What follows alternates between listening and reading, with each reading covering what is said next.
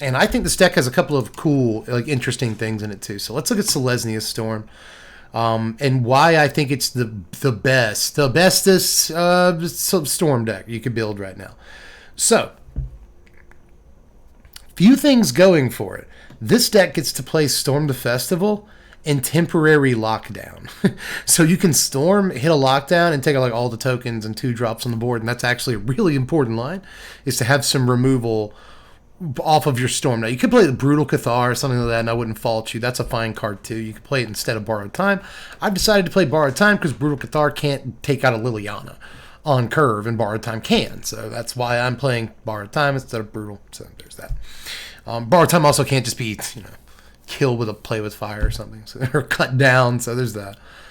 I don't know that Borrowed Time's the better card in like every deck. I think if you're playing aggro, you probably want to play the creature, the body, but I'd play Borrowed Time in this thing. But if any of these 3 drops do die, let's say our opponent does kill our temporary lockdown, in this deck we can replay our temporary lockdown with a Serra Paragon. This deck has this cool thing it can do where you can Storm the Festival, and because of Storm the Festival, you want to play a bunch of like 4 and 5 drops, right? You want to get all the mana value off Storm the Festival you possibly can.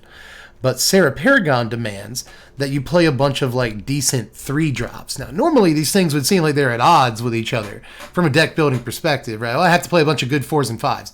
I also have to play a bunch of good 3s. But then when you think about it, that's just how you build a deck. That's just how you build a good mid-range deck. So like, okay, I'll just slightly over prioritize 5s, okay? 5s and 3s will be the things that I prioritize the absolute most, and then 2s might suffer a little bit, you know what I mean? So against like aggro on the play, the deck can stabilize, it can, but you're at a little bit of a disadvantage against aggro on the play because we aren't playing a whole lot of 2 drops. But if you can start developing your board state, this deck is ridiculous because every single 3 drop it plays is like pretty powerful. Even if you don't have a good like 1 or 2 drop against aggro and you start falling behind, you might be able to temporary lockdown on 3, right? And that can catch you back up. If you do start losing 3 drop pieces and you've got Serra Paragon to help get those back, like Wedding Announcement, Lockdown, Briarbridge Tracker, just a 1-of, right? Peacekeeper, very good. 3 drop, obviously. So you've got a selection of decent 3s to bring back with Paragon. But you can also Storm into a Paragon, which is really sweet.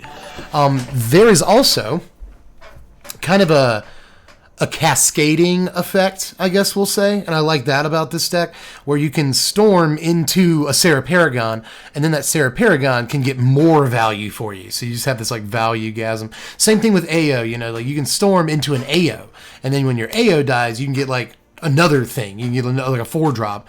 So just so much value, and that's one of the things I like about this deck, is that AO gives you a ton of value, right? It gives you the body, and then when it dies, it can give you up to 2 more things, but at least 1 more thing. Ren in 7, it gives you a body, so they have to deal with a body and a Planeswalker. Wandering Emperor, obviously a ridiculous amount of value on 1 card. Briarbridge Tracker, value on 1 card. Temporary Lockdown, often more than a 2-for-1. Wedding Announcement, 3 bodies on 1 card plus extra value. Or 2 bodies in a card, or however it works out. Here's a thing that matters. Elspeth can also -3 into a temporary lockdown and put a shield counter on it, which is great. Your opponent can't just like besage you away or Titan of Industry away your temporary lockdown and get like a bunch of their stuff back. That's really cool. Invoke Despair is still a problem. They can invoke and make you sacrifice your lockdown. But hopefully you'll have another enchantment in play if they do that. But Invoke is still a real problem with temporary lockdown, so keep that in mind. But that's a cool trick. You can also, by the way, the same Liliana thing applies, or not Liliana, but Invoke Despair thing applies. They can make you sacrifice your Borrowed Time, but you can also -3 an Elspeth into a Borrowed Time and put a shield counter on it. And in this format, a shield counter on a Borrowed Time or a temporary lockdown is just invaluable. I'm telling you, it's very good. So, and also Serra Paragon. Like having Serra Paragon in the same deck as a Borrowed Time or a Lockdown, you want it. I promise you want it. So I've talked too long about this deck, but this is just easily the best of the Storm the Festival decks that I've played in the last 36 hours. So if you're going to play Storm the Festival, screenshot this deck. Deja vu with this format. That's part of what I want to rant about.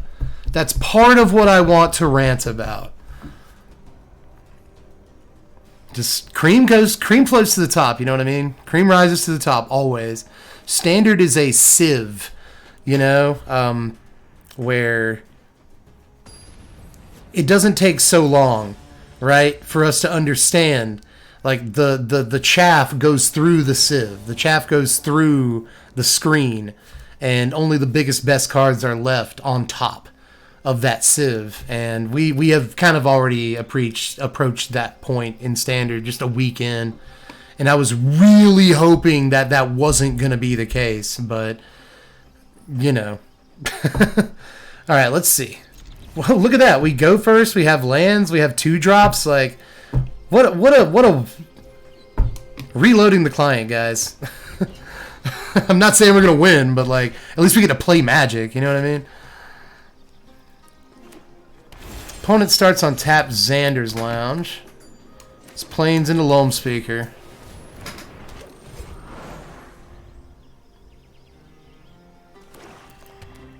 Swamp. Blood Tithe Harvester. Nice. I like that swamp. It looks like an old school swamp. Like, this looks like a swamp from Alpha. Like, exactly the art from a swamp in Alpha. Like, it looks like a callback, you know? I like that. I say we forest. Nah, we should have played the Plaza. That was my dumb butt. But actually, I like Loam Speaker this turn. Like, second Loam Speaker. And then hold up Fateful Absence.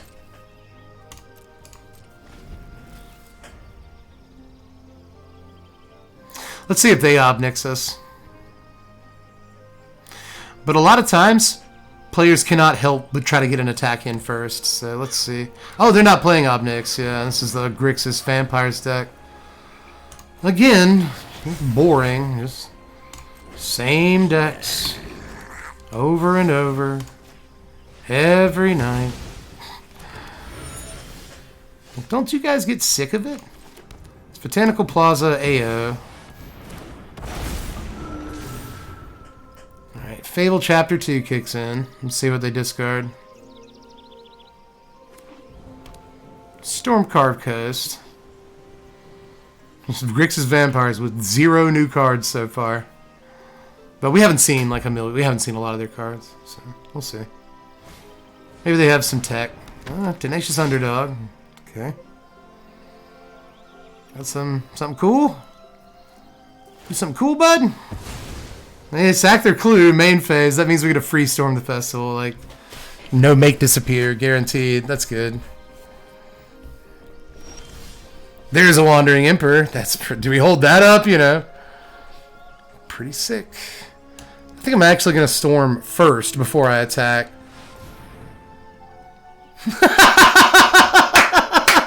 The worst possible Storm the Festival, dude. Oh, no. Oh, wow. Okay, well, let's AO. At least we get the, dies trigger on it. Jeez, dude.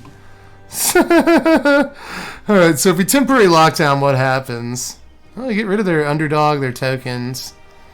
We lose our Loam Speaker. I guess we just borrow time. This is so funny, dude. It's really, really funny. Let's borrow time their Fable. Magic, dude. What a scamp. What a little scamp this Magic the Gathering can be sometimes, you know? Corpse Appraiser, yep. Yep, the exact same deck from last season. There's absolutely no changes. What'd you take just then? An AO, yeah. It's the only thing you could take.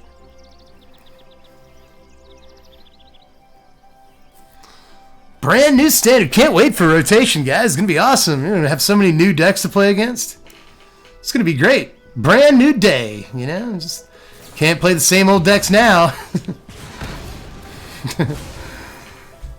Oh, let's AO again. We get 2 AO triggers. This one gives us a Wandering Emperor, so that's pretty sexy. Run away. You'll be safer. I love value. Value is my favorite thing in the world.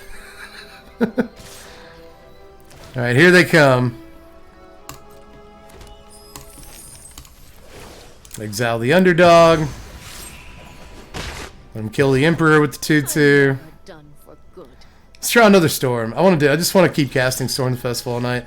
And we draw another Emperor. Huh. That's wedding announcement, I guess. And Sega. 7 mana. We need 3 more mana. Really, we need to also not lose these Llanowar Loam Speakers. Else we're down to 5 mana. Opponent plays land, goes Corpse Appraiser. Jeez, dude. You got the value, don't you? I love it. I love value too, man. I feel you. That's why you're playing Grixis Vampires. You love value. Deck has so much value in it. I can't blame you. Fable. Good lord. God, your cards, man. Your cards are really good. God, your cards are good. You still have 3 left. How do you have so many cards left in your hand? That's nuts. They Rona's Vortex token away. We finally get to their attack step. Everyone is so scared of Wandering Emperor. It's kind of fun. It's kind of hilarious, honestly. Oh man, I love Emperor. Let's make it 2/2. Like, even if it doesn't do the thing, it still keeps people from attacking and stuff. Yeah, there's a Liliana in your hand. Why haven't you just played your Liliana? What are you doing? Okay. I love you, man. I think you're cool. Let's make a dude, I guess. Or we could make a token bigger. I like that too, honestly. But I kind of plan on playing another Emperor this combat step, so I think I want to make a dude. I could start getting in if I make a guy bigger here. Then just take the damage, and like, how much is that really worth, you know? I don't know. I think I'll try this. I think I'll make him bigger and get in. He's vigilant anyways. If he dies, he dies. Whatever.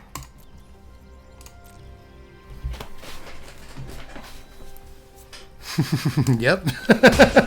Knew I'd get in. And get a token. Opponent at 12. We're at 22. Second chapter of Fable goes off. Let's see what they diss. Nothing. He wanted that land? 1, 2, 3, 4, 5, 6, 7. Why did you want that land so bad? Okay, so you can cast this, but then you can't. Oh, okay, well, I guess you can Bloodthirsty Adversary, recast the thing, and then you can make mana with these guys and still cast your Lily, so. You could have done that without the land, though, right? Yeah, you could have done that. I don't know. Far be it from me. Micromanage like other people's decisions. I am not a very good Magic player, obviously. Yeah, you want to kill this Emperor. Yeah, you want to do that, don't you? Yeah, come on. Yep. It goes down to 1. I mean, they basically wasted that play in a way. They just wasted like 3 mana. Oh, they didn't do anything. Oh my goodness, you didn't do anything. Wedding announcement. Okay. Why didn't you do anything?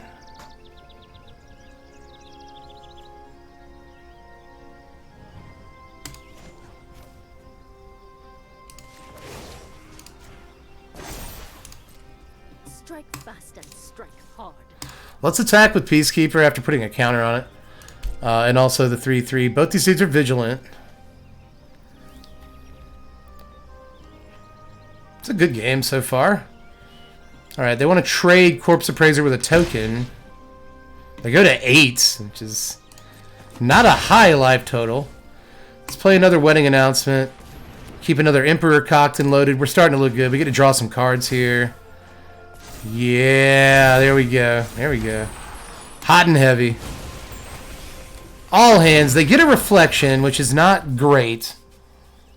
That's not good news. Land, and this card in their hands, a Liliana. Which we're fairly equipped to deal with, I think. They're going to play her anyway, though. If we have to sacrifice a creature, that's whatever. Nobody knows Dominaria's shadow. Each player discards a card. Let's get rid of this land. We all have things we'd rather forget.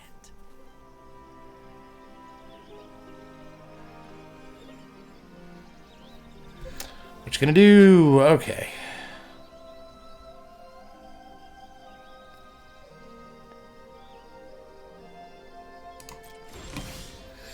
We draw a third wedding announcement like in a row. It's really strange. Okay. So we go for the neck here.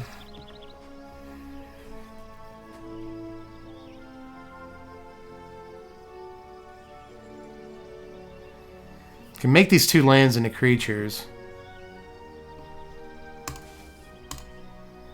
Swing with them, and that's, you know, 4 guys swing and they have to block all the way. They'll keep that Corpse Appraiser in play. Well, no, there's a way to make sure they don't, I guess. Well, no, there's not. There's not a way to make sure they don't, but... This is a hard one, boys. This is a really hard one.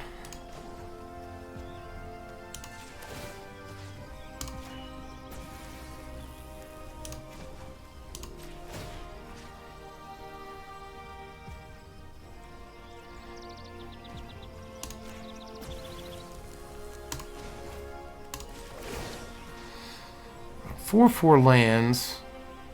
Let's make this token a 3/3. Remember your training. Let's just try to come at them. See how they handle this. Because they have to handle it. They gotta do something, you know. Ooh, okay. They take the double block.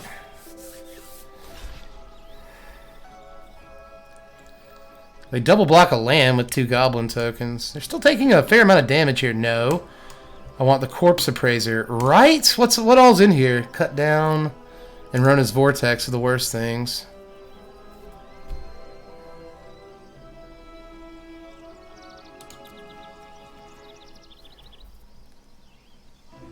Yeah, let's do that. Bang! They go to 1.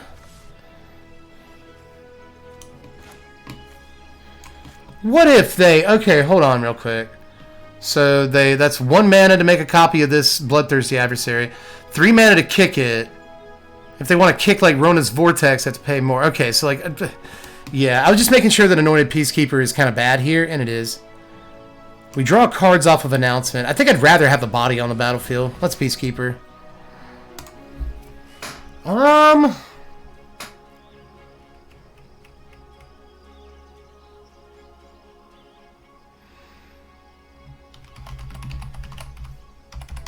I think I'll name the Meat Hook Massacre here. Just to make it slightly harder, you know. I don't even know if they're playing it. But... Now they can hook for 4, which still kills everything, conveniently. It still kills all our guys.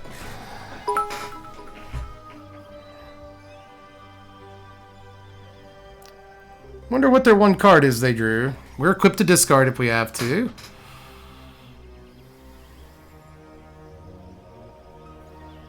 We've kept this like 1 Emperor all game. It's crazy. Yep, they make a copy of the Adversary. See if they just Rona's Vortex and kill our Emperor or something.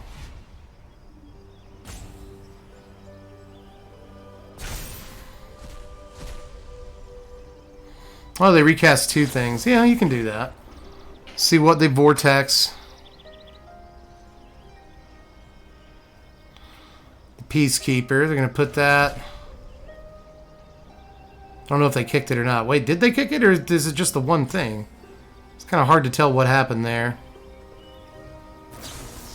Okay, yeah, they got to cut down. Okay, cool, yeah. They cut down and a Vortex. Why aren't these things on the stack? Okay, there we go. Was that weird to anybody else? Haven't you already targeted the Peacekeeper with the Vortex? Did I misremember that? Maybe they just chose to cast Vortex, and I don't know. You can't cut anything down, so that's good news. Alright, Vortex gets rid of the token. I don't know, it just all seemed very strange to me. Maybe I'm wrong. Come on. Come on, sassy! No blocks. Get in. Until next time, then. There goes our Emperor. So sorry. So sorry, Imp. Make a sack a guy? Come on. Come on. What's this last card in your hand? If it's a Fading Hope or Rona's Vortex, then that's quite good.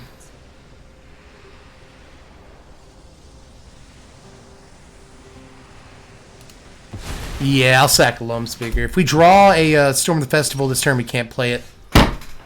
So the game makes abso-freaking-lutely sure that we do. God, I love Magic. Well, let's end it anyway. The whole reason that I didn't care is because it looks like we've got the game well in hand, but could be very wrong here. Again, this could be Rona's Vortex. It's not. All right, cool. Jeez. All right. Jeez. Pretty hard-fought victory, but I'll definitely take the victory. Cool little deck, you know. All they've really done is it's Grixis Vampires, but also Liliana. That's the big new tech in the deck. Is what if we put Liliana? All right, we start with opponent goes first. Nothing but white cards and 2 basic forests. Arena. In a nutshell, if you want to know what Arena is, it's this. It's Mulligan. Oh my god, a playable hand of magic cards. Who would have thought that existed in the deck? All right, let's... I think I want Rin and 7 more than War Chief, but we'll see. We'll see. Oh my god, it's exactly how the night started. Mono black. Huh, never. Let's play it. Let's play a Lance. Oh, we need to get to this lockdown if they play. Oh, they pilfer. They're gonna get the lockdown. Don't take the Rin and 7, bro. Well, actually, do take the Rin and 7. Leave the lockdown and then play Tenacious Underdog next turn. That's what I want. Oh, they took Loam Speaker. They took our 2-drop. What a good. Look at that. There's justice in the world. We got a Loam Speaker. Why would you take Loam Speaker? That's like literally the worst card in my hand you could possibly take. Especially knowing you have a Liliana. Okay. Okay. Okay. That's so silly. If you know you have a Liliana, I'm just going to sacrifice my Loam Speaker anyway. Why did you make me discard it? Okay. Okay. All right. Let's Briarbridge Tracker. It just seemed like such a weird play to me. Maybe they didn't have Liliana yet. Interesting play to see Pilfer in these decks. You don't usually. But hey, I guess if you're on the if you're up against another mono black deck, which you probably always are, you just Pilfer the Liliana out of their hand on turn 2. Sneaky. You're gonna go all the way with the Revolve Sleeper. You coming, bud? You gonna come in? You gonna swing at me? Nope. All right. You just want to get suited up in case. All right. Let's Overgrown Farmland. If I lock down, our tracker goes to a cut downable power toughness. And that sucks, but I would like to punish my opponent. I would like to do that for spending all that mana. A good way of doing that, I guess, would be Wandering Emperor. Like, we try to get in and we Wandering Emperor, we give this thing first strike, and, you know, that works. Hey, bud. Yeah, thanks. All right. See if they take the block. I assume they will. Yeah, it's Emperor. This seems correct.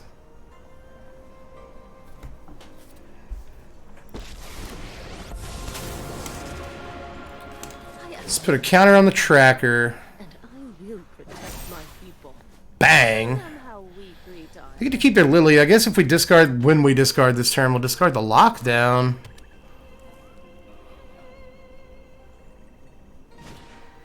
Invoke. Oh my god. Ah. Oh god, I hate Invoke Despair so much, dude. People, like earlier we had somebody say, I'm ready to say it. You know, WinCube was like, let's ban Me Hook Massacre. I seriously want to ban Invoke Despair. Like, I want to ban that card so bad. I know it sounds crazy, but God, I hate Invoke Despair so much. It's not that I hate Invoke Despair all the time. It's that it seems like, and I said this on Twitter, and I mean it. Like, I meant this. Anytime I have, like, one creature and one planeswalker, opponent always has Invoke Despair. Like, anytime I'm in exactly that situation, opponent definitely has Invoke Despair. I'm just so sick of Invoke Despair, dude. I cannot stand it. They dread fugue the Wrenn and 7 out of our hand. It sucks we didn't draw a land to play that Wrenn and 7 this turn.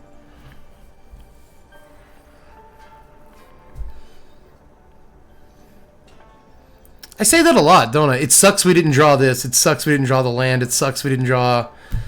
We get an awful lot of that. Yeah, they get rid of their Lily to make us sack our token. That means they probably have another Lily. And not another removal spell. Well, let's get rid of this clue. What could be in their hand, then? What could be in their hand?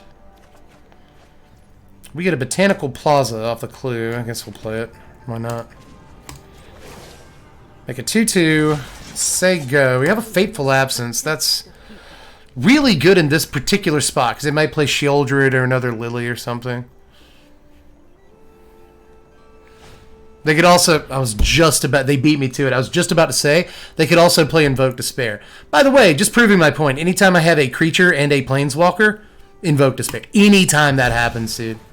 It's just... Jeez, dude. It's sickening how often opponent has Invoke Despair in that situation. Well, let's say go. We might draw a card off our Plaza here, EOT. We blinked and that sucks. Raven Man, okay.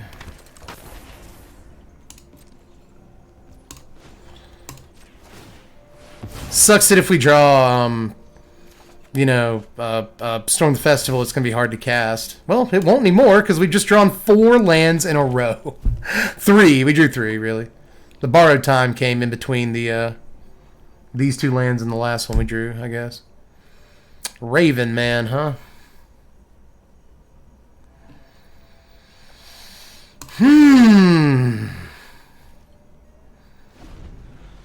How much you want to bet we draw another one next turn? Maybe that's the turn we'll draw Storm. It would be really sweet to draw Storm the Festival next turn. Are you serious? Are you serious, dude? Calm down. Calm down, man. I mean, I could have just discarded the planes and been okay with it, but man, really? Really? Really? You got nothing. What are these cards? We did draw another land. God damn. Seriously, deck? Arena. Stop with your tonight, Arena. Seriously, really on your garbage tonight, aren't you? It's the end of the game, so Dev's drawing lands. It's Saturday night. Birds are Invoke Despair. Come on, man. Alright, we're at 8. Now opponent has cards in their hand, for sure. Here's Pilfer. They get the Borrowed Time. Come on, man. We get an Anointed Peacekeeper. Wow, they have enough mana to where it does not matter. So this is all the stuff that was in your hand. Meathook, March, Sorin, Cut Down, Field. Sorin. We have had to blink like so many turns this game. It's so disgusting, dude. We haven't seen a Storm the Festival yet. We just will not draw one.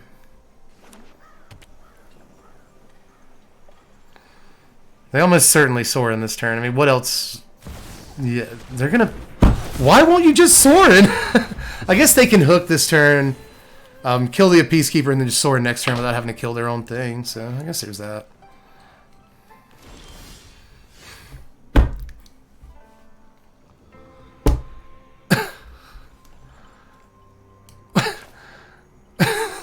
Okay. Dude. Alright.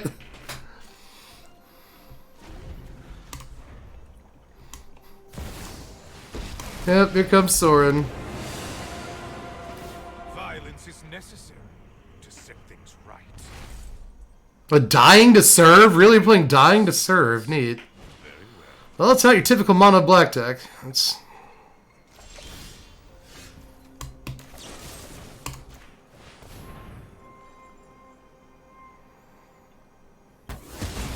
I should have set a stop. That was the way to handle that, right? Set a stop on their upkeep. That way it makes them spend mana on this clue on their turn. But, you know, I don't think they're too worried about mana right now. I got 9 of it.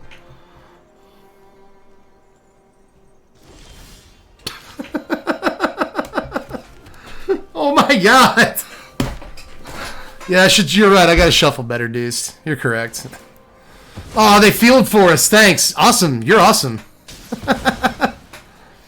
They field for us, so they field for us. Thanks for thinning our deck a little bit, bud. Yeah. You have no idea the power you've just given me. Yeah, see, they field again. Cool, cool. Sure. Awesome. You know, it's not like they're not drawing a lot of lands, too. They have 9, we have 8. You know? There's another land in our yard they didn't field there. Another land in our yard they didn't field there. Oh my god, it's a magic card? Holy crap. Holy crap, you guys, a magic card. Let's play magic. Let's go. They're going to march that. Like, absolutely. No reason not to.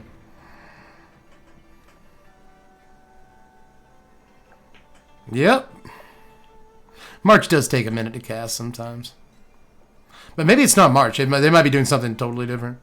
I don't want to assume.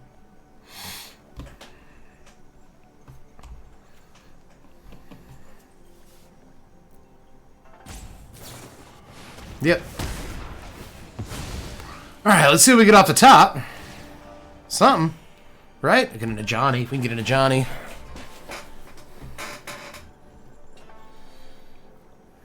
Sure.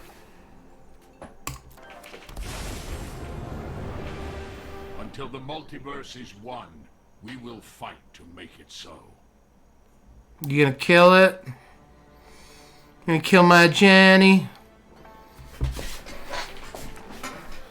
Another Field of Ruin. Alright. Storm the Festival. Alright, that's good. That's good news. Let's try it.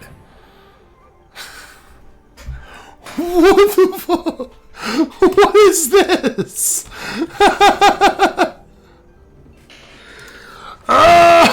Alright, let's...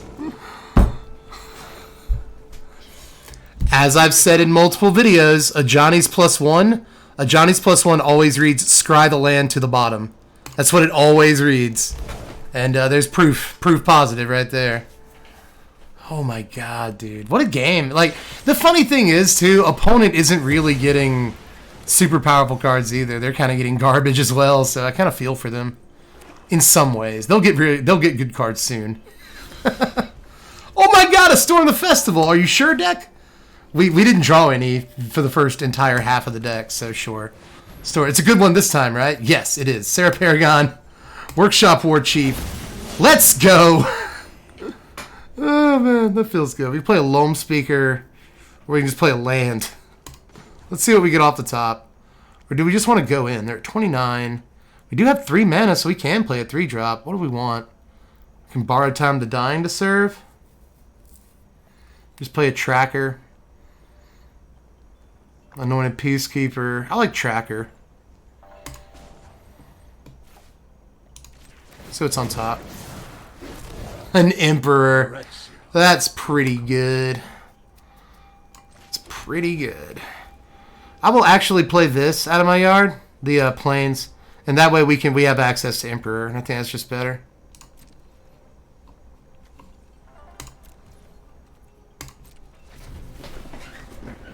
Now, they might kill the Paragon, but that's totally fine with me. We still got War Chief out of the deal. We can ultimate this to Johnny if we want.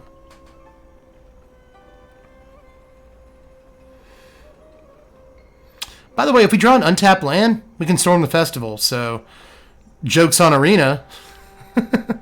If they make us draw a land this time. How do you have 4 cards in your hand, 12 mana, and you're doing nothing? Like, what is it? What?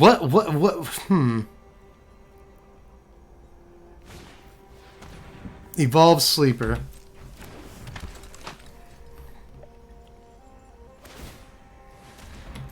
Becomes a 2/2. Becomes a 3/3.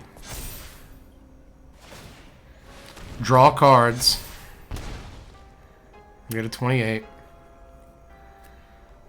Man, you can draw one more card off of this? Yeah. Pretty good. Here comes Duress. Well, okay. I guess we'll just Emperor.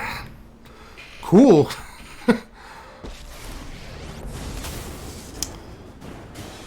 Resolve. 3 cards in your hand. What are they? They're going to draw again. Please don't scoop or anything. I mean, maybe they won't, you know. They've seen... Well, they've only seen 3 more cards than us, technically. That's nuts. Alright, let's make a guy, right?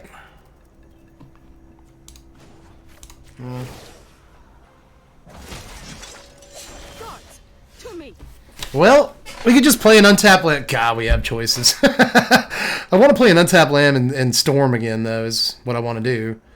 But we could play, like, Wrenn and 7, Briarbridge Tracker, you know, we could borrow time, the Evolved Sleeper, like, that's... Yeah, that seems like that'll be the thing that gets the scoop, right? So let's get an emblem. I just want the emblem that badly. This is probably a misplay, but I really want the emblem. Terribly so. So, let's do that first. And then let's Wrenn and 7. Poison counters.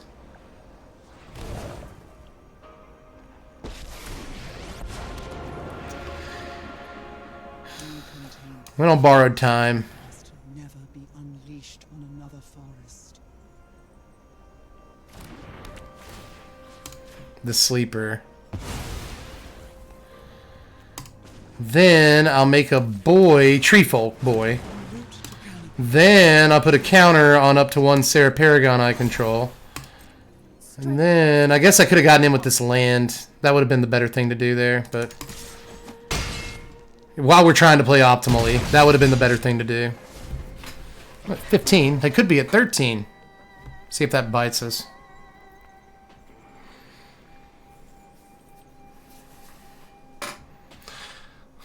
If I was trying to do the content thing there, I would have just played Storm the Festival. Yeah, they hook. We figure they have a hook. That's 11, so it does kill everything. Pretty gross. Pretty gross. Let's make our Rhino. We can basically, like, almost guarantee getting a land with Wrenn and 7. Let's do that. Yay. Borrowed Time and Fateful Absence go in our yard.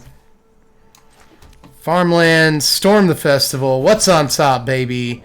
Sarah Paragon, that's great. Temporary lockdown. Is lockdown fine? Takes out the Massacre. I think we'd rather have the Plaza.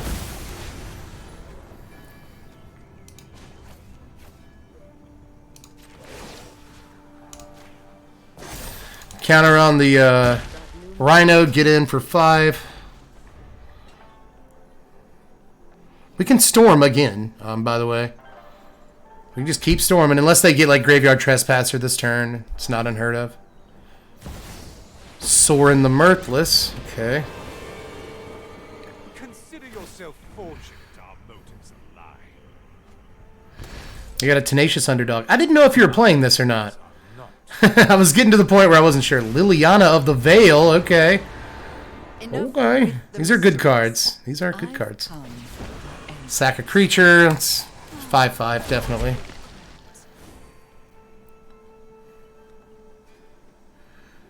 Please don't make us sack this Paragon or whatever. That would suck. Tenacious Underdog comes down.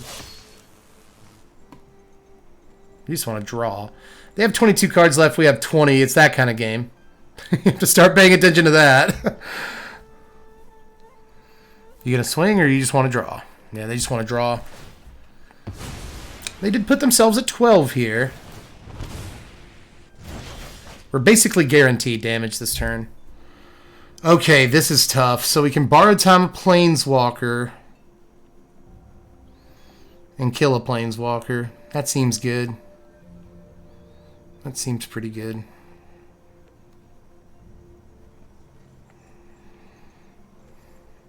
Could also just Storm again. Like, if we want content, we can Storm all day.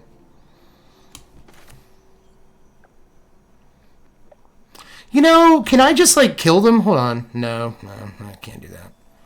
Because they have the Ajani emblem right now.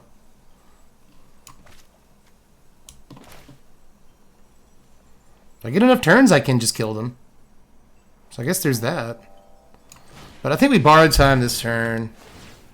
Soren. Without me, we're all doomed.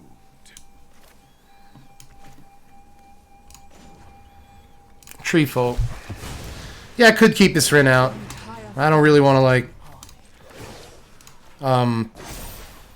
mill too much more. I think I have one more solid mill in me, but I don't really want to mill that much more.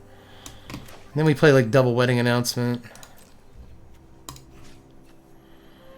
Well, if we double wedding announcement, Beseiju, if we do that anyway, do we need to get in on the Liliana? Does it matter? They're just going to make a sack, discard a card, like, I don't care. This is actually a really weird decision. I like this. I like doing this. I bet they have a hook in their hand.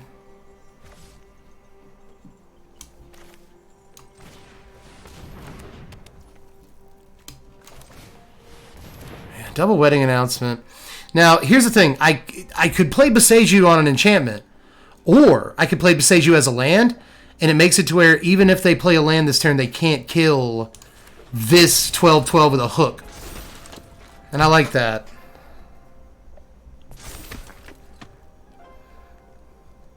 See, if they play a land, they have 13 mana, so they could have killed an 11/11, but they can't kill a 12/12 with a hook, and that might matter. They use cut down to kill a token.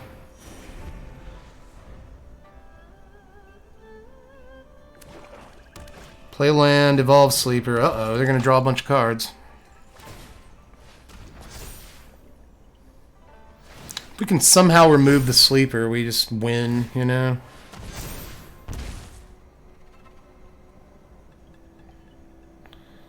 So far they haven't activated Lily yet. See if they want to discard. They might draw a bunch first and then discard one of those cards.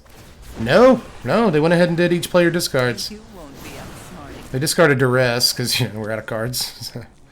Man, this is just a discard deck. Dying to Serve, how are you worded? Whenever you discard one or more cards, I guess they're only playing it because of Liliana. It's worth trying, though. It's, like, interesting, you know? Yeah, hell of a game we ended up with here. Yeah, absolutely. Yeah, great. Great game.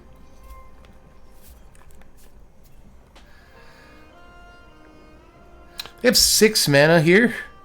2 cards in their hand. There's really no reason. I mean, I guess they could bring an underdog in, but they go to 6 to draw that card. Is that good enough? They're at 8. We can storm again next turn. Like, literally, no matter what we draw, we storm. We probably storm again next turn. I mean, we're in a great position from my count, you know. Here comes an underdog. They probably feel like the card is worth it because they're probably going to lose anyway. So the card's worth it to try.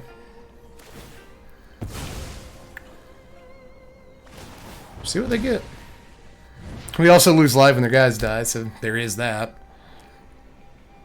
They gain life, all that. Alright, we get a Wandering Emperor off that draw. So we get to Storm and still play a 2-drop. I'd like to Storm play a 3-drop. Still, Storm. All day.